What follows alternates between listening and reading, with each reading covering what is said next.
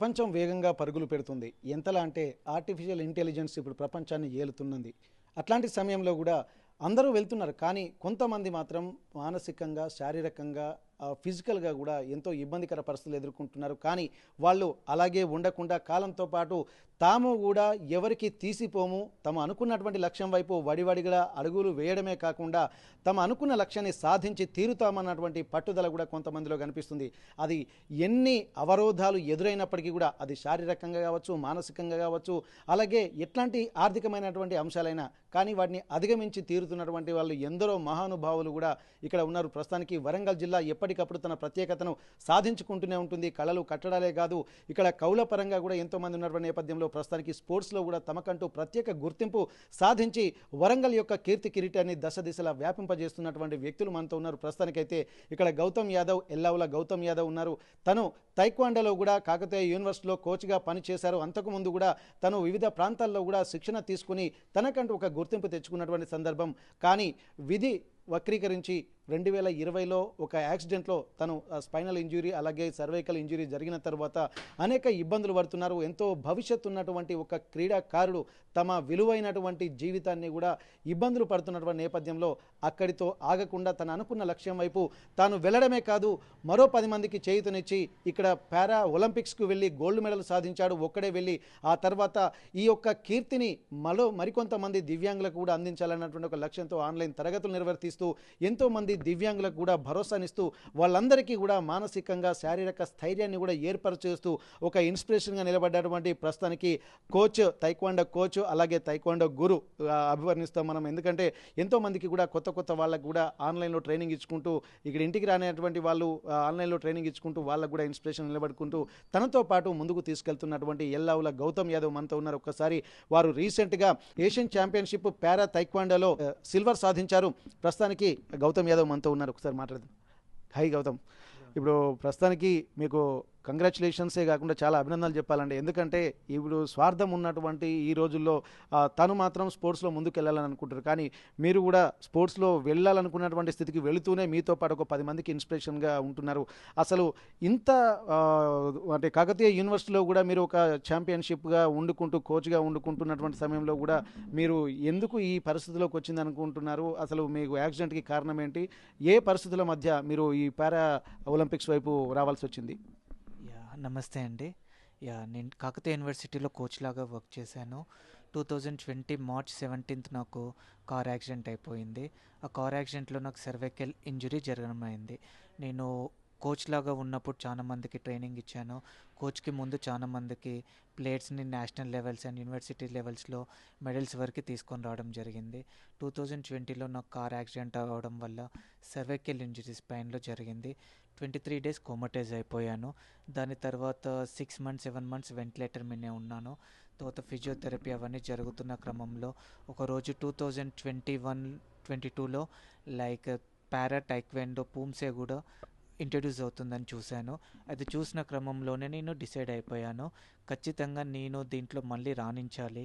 ఇంతకు ముందు నేను ఎలా విధంగా పారా టైక్వాండో క్యూరిగిలో ఎలా నేను పార్టిసిపేట్ చేశానో అదేవిధంగా ఇప్పుడు పారా పూమ్సేలో కూడా నేను ఖచ్చితంగా దీన్ని ముందుకు తీసుకొని రావాలి అని ట్రైనింగ్ స్టార్ట్ చేశాను. అలా ట్రైనింగ్ స్టార్ట్ చేసిన క్రమంలో మా ట్విన్ బ్రదర్ అయిన గణేష్ యాదవ్ నాకు చాలా సపోర్ట్గా, నాకు ఒక వెన్నుబొక్క సపోర్ట్ లాగా ఉండి నాకు ట్రైనింగ్ ఇచ్చి ప్రతిసారి నాకు ఒక గైడ్లైన్స్ ఇచ్చేసి ప్రాక్టీస్ చేపించి నన్ను ముందుకు తీసుకొని వెళ్ళాడు. 2024లో జరిగిన మొదటి పారా పూమ్సే ఛాంపియన్షిప్లో నేను పార్టిసిపేట్ చేశాను. ఇండియా తరపున నాకు అక్కడ గోల్డ్ మెడల్ వచ్చింది. ఆ గోల్డ్ మెడల్ వచ్చిన తర్వాత నేను ఇండియా నుంచి మన తెలంగాణ నుంచి ఒక్కనే వెళ్ళిన తర్వాత నేను నా ఒక్కడికే కాదు, నాలాగా ఉన్న వాళ్ళకి చాలా మంది ఇది నేర్చుకోవాలి, వాళ్ళకి ఇది యూజ్ కావాలి, దీంట్లో వాళ్ళకి బెనిఫిట్ పొందాలి అని చెప్పేసి ఒక అసోసియేషన్ని ఫామ్ చేసేసుకొని దాని నుంచి మేము అసోసియేషన్లో అఫిలియేషన్స్ ఫెడరేషన్ నుంచి కానివ్వండి, రాష్ట్ర స్థాయి నుంచి అఫిలియేషన్స్ తీసుకొని ఫ్రీ వర్క్షాప్స్ కండక్ట్ చేసి, ఫ్రీ వర్క్షాప్స్కి ఎందుకు కండక్ట్ చేసామంటే గేమ్ తెలియదు, పారా టైక్వాండో అంటే ఎవరికి తెలియదు. ఈ గేమ్ గురించి చెప్పడానికి ఒక వర్క్షాప్ కండక్ట్ చేసి అక్కడికి వస్తే అందరూ నేర్చుకుంటారని గేమ్ ఇంట్రడక్షన్ ఇచ్చాము. గేమ్ ఇంట్రడక్షన్ ఇచ్చినలో చాలా మంది ప్రోత్సాహం చూపించిన దానికన్నా ముందు పారా ప్లేయర్స్ని ఎట్లా తెలుసుకోవాలి, ఎట్లా వీళ్ళని తీసుకొని రావాలి అని 2025 జనవరిలో సీఎం కప్ జరిగింది. సీఎం కప్లో పారా టోర్నమెంట్ కూడా జరిగింది, గచ్చిబౌలి స్టేడియంలో జరిగింది. అక్కడికి వెళ్ళాను నేను. అక్కడికి వెళ్ళి పారా ప్లేయర్స్ ఎవరున్నారు ఏంటి అని, దీంట్లో వచ్చేసి 8 క్లాసెస్ ఉంటాయి మా దాంట్లో.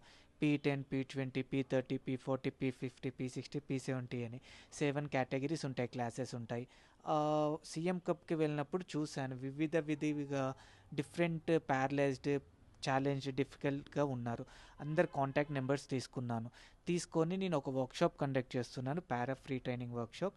మీరు అందరు అక్కడికి రండి, వస్తే మీకు టైక్వాండో గురించి తెలుస్తుందని వర్క్షాప్ పెట్టాను. ఆ వర్క్షాప్లో చాలా మంది రెస్పాండ్ అయ్యారు. రెస్పాండ్ అయిన వీళ్ళకి ఎలా చేస్తే బాగుంటుందని ఒక్కొక్కరు, మొత్తము తెలంగాణలో 33 జిల్లాలు ఉన్నాయి. ఆ 33 జిల్లాలకి వెళ్ళి ఒక్కొక్కరు ఒక్కొక్క దగ్గర ఉన్నారు. ఇంటికి రాలేరు, అకాడమీకి వెళ్ళలేరు, ప్రాక్టీస్ చేసుకోలేరు. సో నేను విజువల్ ట్రైనింగ్ స్టార్ట్ చేస్తాను. విజువల్ ట్రైనింగ్ కూడా స్టార్ట్ చేశాను. విజువల్ ట్రైనింగ్ స్టార్ట్ చేసి వాళ్ళకి ట్రైనింగ్ ఇవ్వడం జరిగింది. ట్రైనింగ్ ఇచ్చిన తర్వాత వాళ్ళకి ఒక ఫస్ట్ స్టేట్ మీట్ కూడా పెట్టాను. స్టేట్ మీట్లో మన తెలంగాణ నుంచి 66 మంది పిల్లలు పార్టిసిపేట్ చేశారు. చేసిన దాని తర్వాత ఎల్పిలో జరిగిన ఏషియన్ పారా టైక్వాండో ఛాంపియన్షిప్కి ఒక 5 మెంబర్స్ సీనియర్ పిల్లల్ని తీసుకొని పోవడం జరిగింది. అక్కడ ఒక 3 మెంబర్స్కి మేము ఏషియన్ పారా టైక్వాండో ఛాంపియన్షిప్కి సెలెక్ట్ అయ్యాము. మలేషియాలో జరిగింది. అక్కడికి వెళ్ళిన దాంట్లో ముగ్గురికి, ఇద్దరికి సిల్వర్ మెడల్స్ వచ్చాయి, ఒక అమ్మాయికి బ్రాంజ్ మెడల్ వచ్చింది. సో దీన్ని ఇంకా ముందు తీసుకొని వెళ్ళిపోతామని నేను అనుకుంటున్నాను. ఇది జస్ట్ బిగినింగ్ మాత్రమే, ఈ 3 మెడల్స్. ఇంకా ఎన్నో మెడల్స్ తీస్తాను, ఎంతోమందికి ట్రైనింగ్ ఇస్తాను. ఖచ్చితంగా ఒలింపిక్స్లో మన తెలంగాణని ఖచ్చితంగా మెడల్స్ తీయడానికి నా అంత కృషి నేను చేస్తాను. ఓకే, ఇప్పుడు మీరు చెప్తున్నారు ఒక్కొక్క జిల్లాకి సంబంధించినటువంటి వాళ్ళు ప్రాతినిధ్యం వహిస్తున్నారు. ఇప్పుడు ప్రస్తుతానికి మీరు ఇనిషియేషన్ తీసుకుంటున్నారు. మీరే ఫస్ట్ ఇంట్రడ్యూస్ చేశారు, ఒక సొసైటీని ఏర్పాటు చేసి దాని ద్వారానే మీరు స్పోర్ట్స్ డిపార్ట్మెంట్ తోటి అఫిలియేట్ అయిపోయి ఇంతమందికి వెళ్తున్నారు. మరి ఇదంతా చేయాలంటే ఇప్పుడు మీకు ఖచ్చితంగా ఒక సపోర్ట్ అనేది కావాల్సి ఉంటుంది. మరి ఆ సపోర్ట్ ఏ విధంగా వస్తుంది అనుకుంటున్నారు? ఇప్పుడు మీ బ్రదర్ ద్వారా అంటేనేమో కొంత వాళ్ళకు ట్రైనింగ్ సపోర్ట్ అనేది తీసుకోవచ్చు, కానీ ఇప్పుడు ఆర్థిక పరమైనటువంటి అంశాలు, ఎందుకంటే ప్రయాణాలు కానీ, లేకపోతే అక్కడికి వెళ్ళిన తర్వాత మీ అకామిడేషన్ కానీ, ఇవన్నీ చూడాలంటే ఆర్థిక పరమైనటువంటి అంశాలే, స్పాన్సర్సే కీలకంగా ఇక్కడ మెయిన్ రావాల్సి ఉంటుంది. మరి ఇప్పుడు మన రాష్ట్రంలో స్పోర్ట్స్ డిపార్ట్మెంటు ఎట్లా మీకు సపోర్ట్ చేస్తుంది? ప్లస్ ఇక్కడ ఏమైనా స్పాన్సర్స్ మీకు అందుబాటులో ఉన్నారా? ఇప్పుడు మీరు అనుకున్నటువంటి లక్ష్యాన్ని సాధించాలంటే ఇప్పుడు ఎంత అమౌంట్ ఖర్చు అవుతుంది? దాన్ని ఎట్లా మీరు మొబిలైజ్ చేయగలుగుతారు? రైట్ నో ఇప్పుడు ఫస్ట్ నేను స్టేట్ మీట్ కండక్ట్ చేశాను ఒకటి. దానికి స్పాన్సర్షిప్ ఎవరు రాలేదు. దానికి నా అంతగా మా అన్నయ్య, మా ఇంట్లో వాళ్ళు, మా అమ్మ నాన్న వాళ్ళే ముందు పడి స్పాన్సర్షిప్ చేయడం వల్ల మేము టోర్నమెంట్ కండక్ట్ చేసాము.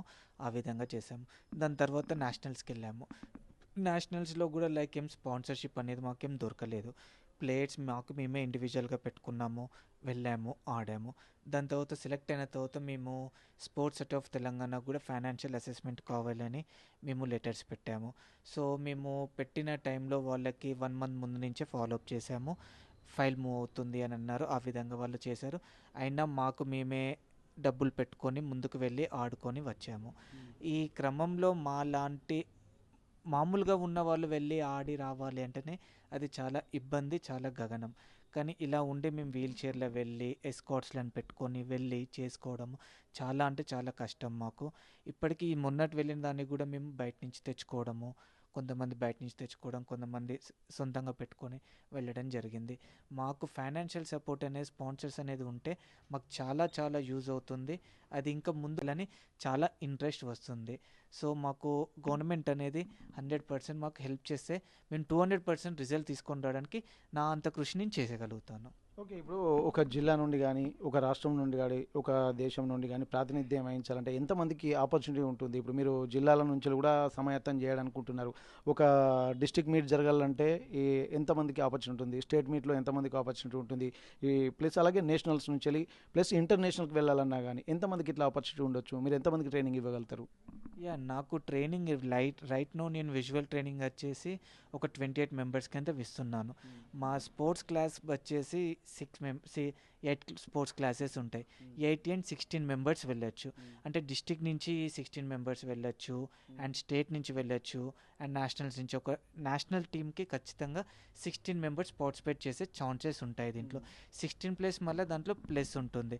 మొత్తం 32 members state, district, national, international వరకు వెళ్ళి పార్టిసిపేట్ చేసే ఛాన్సెస్ ఉంటాయి. డిఫరెంట్ స్పోర్ట్స్ క్లాసెస్ ప్రకారం వెళ్ళి పార్టిసిపేట్ చేయొచ్చు మేము. ఓకే, ఇప్పుడు మొన్న మీరు ఈ ఏషియన్ ఛాంపియన్షిప్లో జరిగినటువంటి పారా తైక్వాండోలకి ఎంతమంది వెళ్ళారు మీరు కూడా?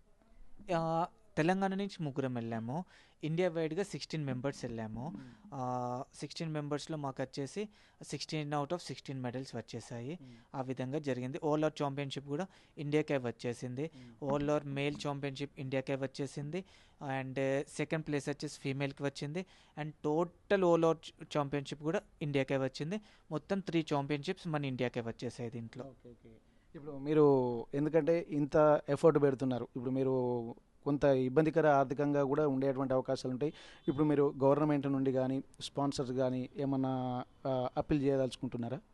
అంటే యాజ్ పర్ స్పోర్ట్స్ పాలసీలో ఏ విధంగా ఉందో ఆ విధంగా మాకు ఇచ్చి ముందుకు తీసుకొని వెళ్తే అది చాలా సంతోషంగా ఉంటుంది. మొన్న రిలీజ్ చేసిన స్పోర్ట్స్ పాలసీలో ఏమైతే మాకు బెనిఫిట్స్ ఉన్నాయో, క్యాష్ ప్రైజెస్ కానివ్వండి, వెళ్ళే ముందు అలవెన్సెస్ కానివ్వండి, ఫైనాన్షియల్ అసెస్మెంట్స్ ఏమున్నాయో అవి ఇచ్చి పంపిస్తే మాకు ఎటువంటి ఆర్థిక ఇబ్బంది ఉండదు. అది ఇచ్చి పంపిస్తే హ్యాపీగా వెళ్తాం, హ్యాపీగా మెడల్స్ తీసుకుని వచ్చి మన కంట్రీ నేమ్ని, మన స్టేట్ నేమ్ని మనము ఒక గ్లోబల్ ప్లాట్ఫామ్లో చూపిస్తాం మేము. ఓకే, అసలు రికగ్నైజ్ చేస్తున్నారు అసలు ఇప్పుడు పారా ఒలింపిక్స్కి సంబంధించి కానీ, అలాగే పారా తైక్వాండో ఏషియన్ ఛాంపియన్షిప్ కానీ, లేకపోతే వరల్డ్ ఛాంపియన్షిప్స్ కానీ, ఇవన్నీ ఇప్పుడు ఎందుకంటే దివ్యాంగులకు సంబంధించినటువంటి స్పోర్ట్స్ ఉన్నాయి కదా, ఇప్పుడు మిగిలిన రెగ్యులర్ స్పోర్ట్స్కి దీనికి ఎంకరేజ్మెంట్లో డిఫరెన్స్ కనిపిస్తుందా? కేవలం వాళ్ళకే ఎక్కువ ప్రయారిటీ ఇస్తున్నారా? ఇంతకుముందు స్పోర్ట్స్ పాలసీ కానివ్వండి అవిట్లాంట్లో రెగ్యులర్ స్పోర్ట్స్కే ఉంది జీవో. పారా స్పోర్ట్స్ అనేది మొన్న 2025 స్పోర్ట్స్ పాలసీలోనే పెట్టామన్నారు. ఇప్పుడే ఆరంభం అని అన్నారు. అది చూడాలి మరి ఏ విధంగా తీసుకొని పోతారో. తీసుకొని పోతే చాలా సంతోషం. మా లాంటి వాళ్ళు ఇంకా ఇప్పుడు 3 వచ్చారు, తర్వాత ఇంకొక 5 పెరిగిపోతూ ఉంటుంది. నాకు కానీ ఇంట్రెస్ట్ ఉంటుంది. ఇప్పుడు తీసుకొని వెళ్ళినందుకు గవర్నమెంట్ చేసింది ఇంకా చాలా మందికి చేయాలి అని నాకు ఇంట్రెస్ట్ వస్తుంది. నేను చేయడానికి ఉంటుంది.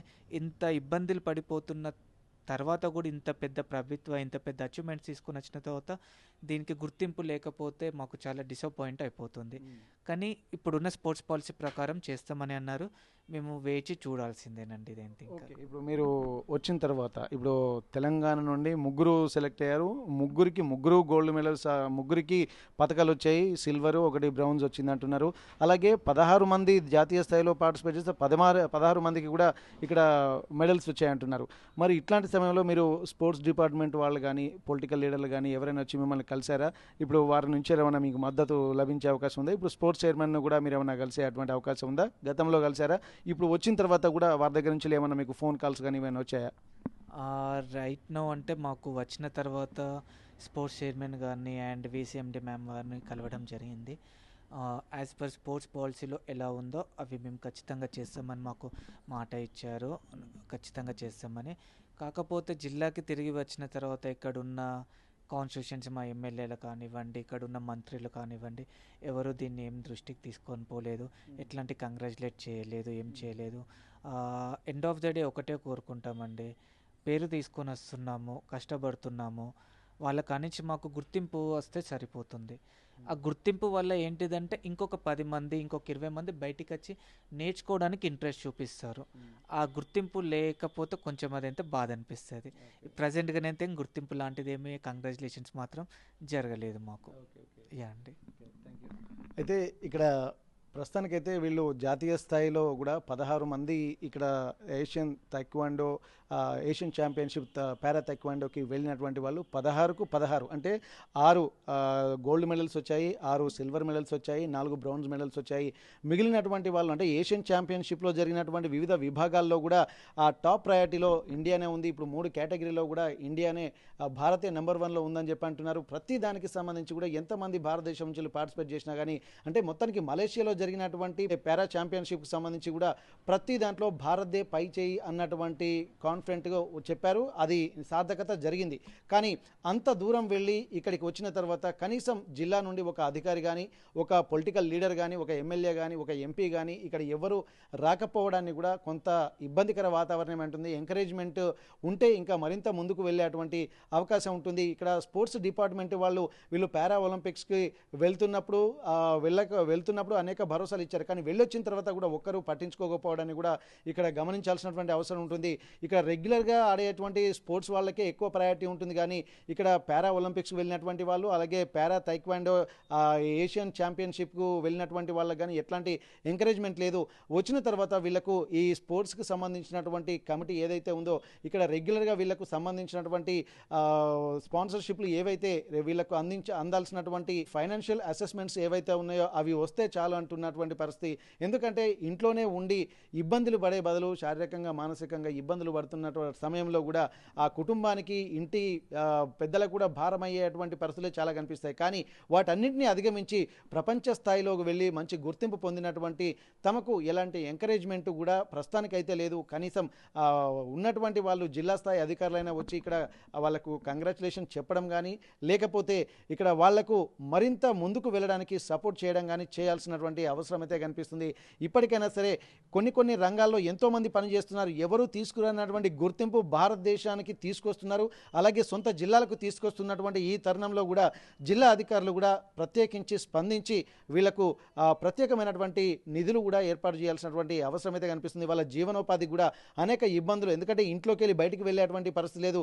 ఇక్కడ సెక్యూరిటీ కూడా వీళ్ళకు అవసరం ఉంటుంది. బయటికి వెళ్ళాలన్నా కానీ వీళ్ళ ఆర్థికపరమైనటువంటి అంశాలతో ముడిపడి ఉంటుంది. కాబట్టి ఇవన్నీ కూడా కొంత ఏర్పాటు చేస్తే ఇప్పటి వరకు ఉన్నటువంటి ఆ పేరును మళ్ళీ రెట్టింపు చేసేటువంటి అవకాశం ఉంటుంది. త్వరలో రాబోయేటువంటి వరల్డ్ ఛాంపియన్స్ అలాగే పారా ఒలింపిక్స్లో కూడా వెళ్ళేటువంటి అవకాశం ఉంటుంది. ఇప్పటికే తను ఒక అసోసియేషన్ ఏర్పాటు చేసి ఇప్పటికే కొంతమంది పదుల సంఖ్యలో ఆన్లైన్లో ట్రైనింగ్ ఇస్తున్నారు. అంటే ఊరుకోవట్లేదు. తను ఆన్లైన్లో ట్రైనింగ్ ఇచ్చుకుంటూ కూడా వాళ్ళను ఉద్యుక్తులను చేసి వాళ్లకు కూడా ఎంకరేజ్మెంట్ చేసి స్పెషల్ వర్క్షాప్లు కండక్ట్ చేస్తూ వాళ్ళలో కూడా ఒక ప్రత్యేకమైనటువంటి కాన్ఫిడెంట్ను బిల్డప్ చేస్తూ తనే కాకుండా తనతో పాటు మరో 10 మందిని కూడా పారా ఒలింపిక్స్కు తీసుకెళ్లడానికి కృషి చేస్తున్నటువంటి గౌతమ్ యాదవ్ ఎంతైనా అభినందనీయుడు. మరొకసారి వారికి కంగ్రాచులేషన్ చెప్దాము. ఇట్లాంటి వాళ్ళను ప్రభుత్వాలు గుర్తించాల్సినటువంటి అవసరం ఉంటుంది. అధికారులు గుర్తించాల్సిన అవసరం ఉంటుంది.